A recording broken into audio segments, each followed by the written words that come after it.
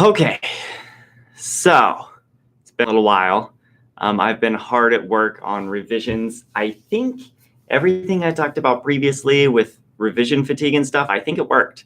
I think my novel is done, which means two big things stand in front of me now. One is writing a query letter, which, as it turns out, is much harder than I ever imagined.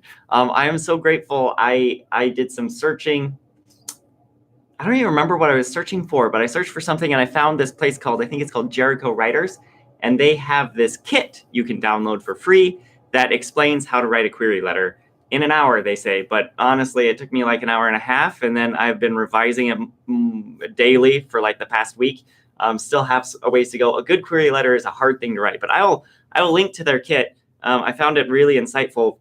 And it turns out I was doing it all wrong. The letter I had written, which I had revised several times and felt good about, was just wrong completely.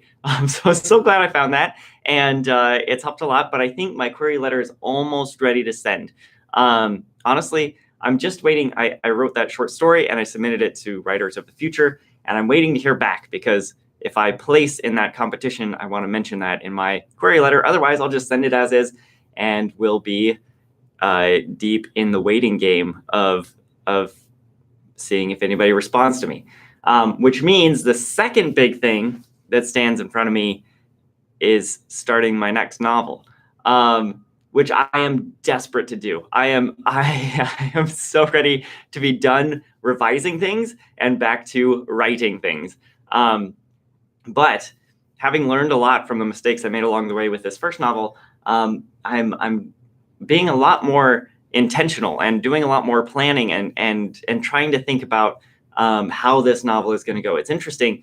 With my first novel, there was a scene I was really excited about, and so I started writing it. And then after I had written this opening scene, which didn't make it to the final novel, by the way, I sort of planned out a rough outline using sticky notes on the wall of my bedroom, and then I just started writing. And then when I thought I finished it, it was only like 50,000 words long, and it ended on a cliffhanger. What I thought would be this dramatic ending was actually a wait, but then what happened sort of moment. So then I spent a long time at a whiteboard at my office trying to figure out. I just listed out all the questions I had, all the questions I expected a reader of this book would have, and then I started piecing together scenes that would answer them and figuring out the second half of the arc of the novel. And it worked out okay. It required a ton of revising to make it cohesive, but it worked in the end. Still, I would like to avoid that process this time around. So I'm putting a lot of thought. I did an episode on aboutness, and I know what this next novel is about. It's about the relationship between adult children and their parents. I feel that, but with my own parents. And it was interesting when I first met my wife and started meeting her parents.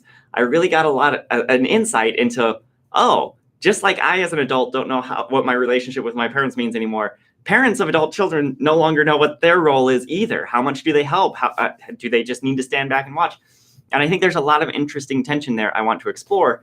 And I have an idea of a storyline that will enable me to do that. But the big question is, do I tell it from the perspective of the parent or from the child? Or do I do one of those novels that alternates points of view in different chapters? I hadn't even considered that until just now. And this is a question I don't know how to answer. So I'm just, I'm going to do some brainstorming, try to figure out what the major scenes are.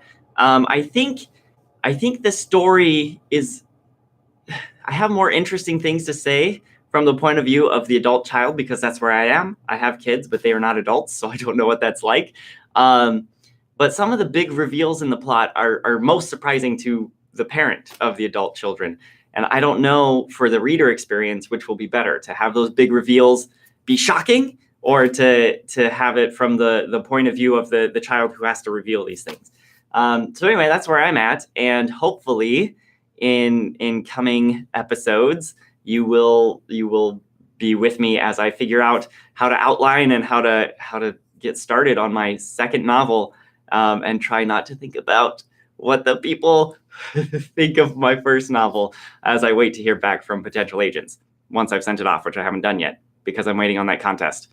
Anyway, I really need to start writing a second novel. Otherwise, I'm just going to go crazy with all the waiting I'm doing in regards to my first novel. But that's where I'm at. And here we go again.